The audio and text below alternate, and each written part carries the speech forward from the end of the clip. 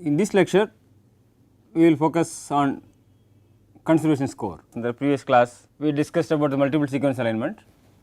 Right? If you align different sequences, right, we will get alignment, and how to utilize this alignment to extract different features. How far we see that a particular residue is highly conserved, right, in any positions, right. So, what did we discuss in the last class? We discussed a blast. What is a blast? Basic local alignment search tool, right. So, what is the software is called blast, right. You can, what are the various features of blast? What are the applications of blast? Either through database we can align, or two sequence we can align. If you have a query sequence, you can identify the sequences which are similar to your query sequence.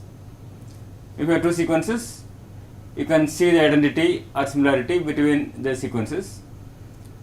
Then you can use blast to identify any specific motifs or any specific patterns, right, inherently present in any sequence or in functionally important motifs, right.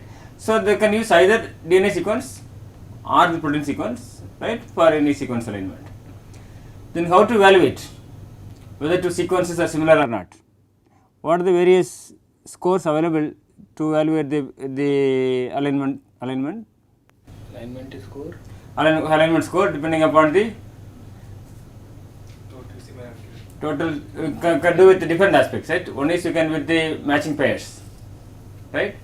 So, then second one you can do with the similarity, then we can do with the identity, then the query coverage, then p value or the e value, right. You can see the probability of having that alignment with the specific threshold score, right, or the what is the expected value. Then we discussed about the multiple sequence alignment, right. How many sequences are required for multiple sequence alignment? More than two. Minimum you need 3, right. 3 or more sequences if you have, right. What is the principle used in multiple sequence alignment? How they do the alignment? One by one. Right. They have the pairwise alignment, then see the similar sequences put together, right, and then they can align these disintegrated sequences. Finally, they make the complete alignment. Right. What is the program which can give the multiple sequence alignment? Cluster. Also, we discussed few more software. What are the other online resources? Mapped, Muscle, Promos, right. This can do that. Then we discussed about SciBlast. What is SciBlast? Position specific, right, rated the blast. So, here you can make the position specific scoring matrices forward sequence, right, by aligning with the different other sequences, right. They can use different iterations, right, with any threshold value. So, finally, you can get the scoring matrix. They can also call as profiles. So, now if you have a multiple sequence alignment, right, what are the applications? What can we infer from multiple sequence alignment? There are several applications, right. So, today we will discuss upon conservation. So, what do you think about conservation? Right, if you think about conservation, so if you have a set of sequences, some positions are occupied by same residue or similar residues, right. In this case, you can say that position, right, maintains a particular amino acid residue, right, either in protein sequences or nucleic acid sequences. So, and this sequence also depends upon the evolutionary rate, right, how frequent a residue is mutated to different residues. Likewise, when we discussed about the PAM matrix, we have the alignment, several residues are the same and some residues change, right, during evolution. So, likewise, this score also depends on how far a specific residue is mutated, right, in the homologous sequences. So, whether this rate of evolution is same or different, that depends upon the amino acid changes, right. Some cases it remains the same. In the PAM matrix also we discussed about the different amino acids, right. For example, cysteine or tryptophan, so we get the high score, right, and some positions which evolve slowly to the different residues. Some cases they maintain to be constant and some positions they change from organism to organism. So, the positions which are the same, right, these are called the conserved. So, the ones which evolve rapidly, that changes in different organisms, they are called variable. So, if you have multiple sequence alignment, you can look at the 3 positions. In some positions you can see that residues they maintain at the same location, they are called conserved, and some cases different organisms they change the residues, they are called variable. Then how to get the conservation score, right? For example, if you have an amino acid sequence, you like to know which residues are conserved and which residues are variable. How to do that? First we have to get the sequences, right? For the query sequence you will get the similar homologous sequences. Where shall we get the homologous sequences? BLAST. So you can go to BLAST and you get the homologous sequences and you get the sequences, right, and do the multiple sequence alignment and then you get the score. So you have to compare the sequence of similar proteins, right, deposited in the UniProt or SwissProt database and which are homologous to this your own sequence, right. Then you can compare the sequences and you will see where you have the variable residues and where you have the conserved residues. So now if you give multiple sequence alignment, for example, if you see position number 60. So if you look at the position number 60, so this position is conserved or variable? It is conserved, because if you see the 10 different sequences, okay, this is the UniProt ID, okay, here this is the sequence, okay, just for example I kept from 1 to 60. We take the 60th position, you can see all the residues, right, these positions, right, are accommodated with the residue glycine. If you look at this position, right, 1, 2, 3, 4, 5, 6, 7, 8, 9. So this position is variable or conserved? It is variable and we can also see conserved. Okay, if you see this position, so what are the preference of amino acid residues at this position? T, A, G, S, right, T, A, G, S.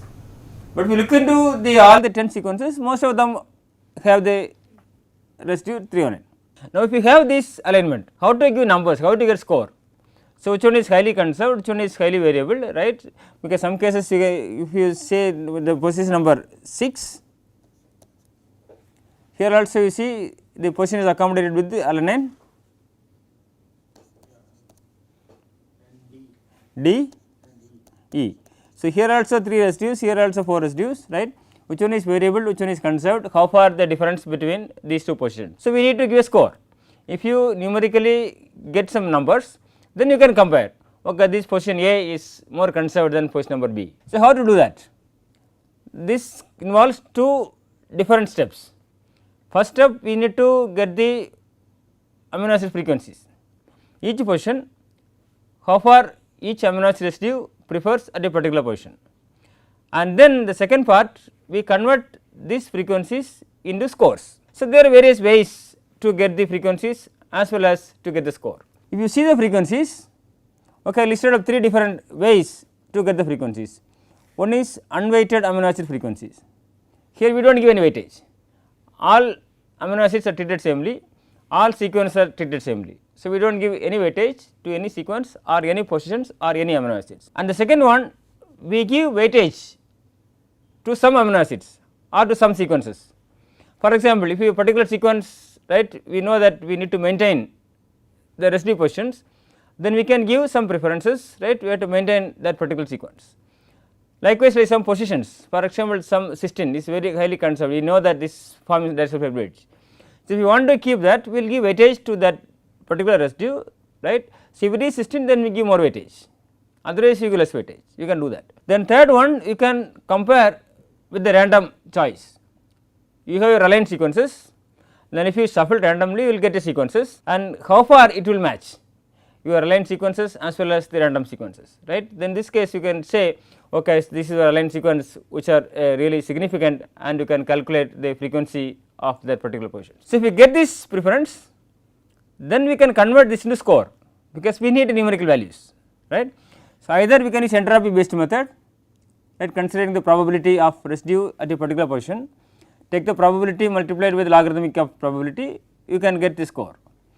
And the second one, you can do the variance based measure, right, how far these positions vary with different positions. For example, alanine at position number 3, how this differs from alanine in position number 10, right, how many alanines in position number 3, how many alanines in position number 10, and totally how many alanines a sequence, compare with all these positions and the residues, you can measure a score. Then you can also use sum of pair score. For example, if you sequence A and you can the second sequence B, so you have two different amino acids. So, you can use a matrix to see how far they are consistent, how far they are aligned, right. Which matrix usually we use? Pi matrix or Blossom matrix. You can see and you put proper weightage and see whether which one is highly conserved, which position is highly conserved. So, I will explain the steps one by one. Okay. First we go with the unweighted amino acid frequencies. Here we do not give any weightage. In this case U means unweighted. So, frequency of residue A at the position I, this is given as number of sequences having the residue alanine at position number I normalized with the total number of aligned sequences.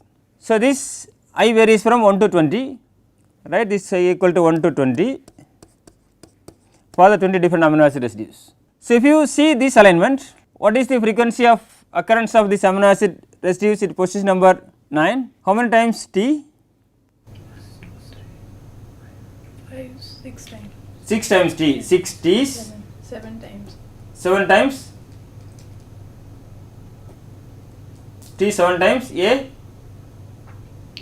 1 time. 1 time G, 1 time. 1 time S, 1 time. 1 time, right. If you have another position, for example alanine 7 times and any of the other residues 1 1 1, so you will get a similar score or different score? Similar score, because here we do not use any weight to any different amino acids, we give equal weightage to all amino acids. Even in this case, if it is instead of threonine 7, if it is valine 7 times or instead of alanine 1, tryptophan 1, right. So, then we will get the same score, but if you look into this alignment, sometimes if we have the threonine, it will not match with the hydrophobic residues, but even in this case you will get the same score, because we do not give weightage to any amino acid residues. So, here f of I is the each residue I, right, any residue for A in the any position I normalized with the total number of sequences at a particular position, fine. So, normally we use this for a specific group of sequences which is highly homologous, any specific group, then we expect similar residues at similar positions. So, in this case we use unweighted amino acid frequencies for any specific group of sequences. So, the second one, this is weighted amino acid frequencies. Here we give weightage, if we give weightage to any specific sequence or give weightage to any given residues, right, to give preference. Here we introduce this term, right, delta AKI. So, this is equal to 1 if A in the sequence K at position I, if you decide position, right, any position I in the sequence K, so amino acid A is in the sequence, right, and then you give the weightage for the particular sequence. Otherwise, this is equal to 0, Wk is the weightage of a sequence K, right, and delta AKI equal to 1 if the amino acid A is in the sequence K at position I. If it is not, then you can put 0 otherwise. So, the K equal to 1 to number of sequences. So, here why we need to do this weightage position concept, also we give some preference to some specific amino acid residues. If threonine 6 times and 4 hydrophobic residues, this different from threonine 6 times and serine 4 times. So, similar type of residues you can have more score. So, in this case we give weightage. Then also you can give some sequences more weightage. For example, if you have several sequences, right, and some of them are highly related and some of them are distant related. If you want to include the distant related sequences, for example divergent sequences, if you want to include this in the score, then you have to give weightage to the sequence. Otherwise, if 9 sequences are homologous and one is distant related ones, so the score will be always high, because based on the 9. So, if you want to include the preference of this divergent sequence, then we need to give a weight. So, in that case you can include the information from these divergent sequences. Then the third one, we can also use this frequency based on dependent counts, how far you can get these counts in random distribution. So, independent counts they put IC, the same the frequency of occurrence of any residue A at position number I, which is given as number of residues of A at position number I normalized to the total number of residues at any position. So, if all the 20 residues are at the random distribution, then you can assume that f equal to 20 into 1 minus 0.95 into n. if n equal to 1, what is the value? 1 minus 0.95, this is equal to 0.05, 0.05 into 20, that is equal to 1, right. So, now you can see you can assume that we can fit this function f in this equation such a way that if it is totally random, completely 5%, so you can, if you do this equation, you can get the 1 equal to 1, f equal to 1 is what expected, that is fine. So, from this one you can calculate the effective of this n, you have the actual values and you have the random values and you can fit with some function, right. In this case you can fit with this n as n effective. So, use this equation, then if you change this equation to get the n effective, right. So, you move this 20 here, that means f by 20 equal to 1 minus 0.95 into n power n. In this case 1 minus f by 20, this equal to 0.95 power n. Then take the logarithm ln, right, ln, then you can move this n here, that is n into ln of 0.95.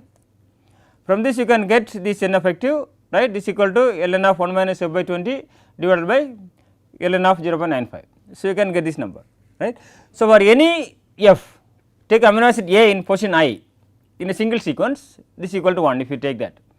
Then if you have more sequences, for example 20 sequences, if you have one more sequence, there are two possibilities. One possibility is that could be the same amino acid, right. For example, if you have a sequence, right, AITSTA, right, this is a concept here, right.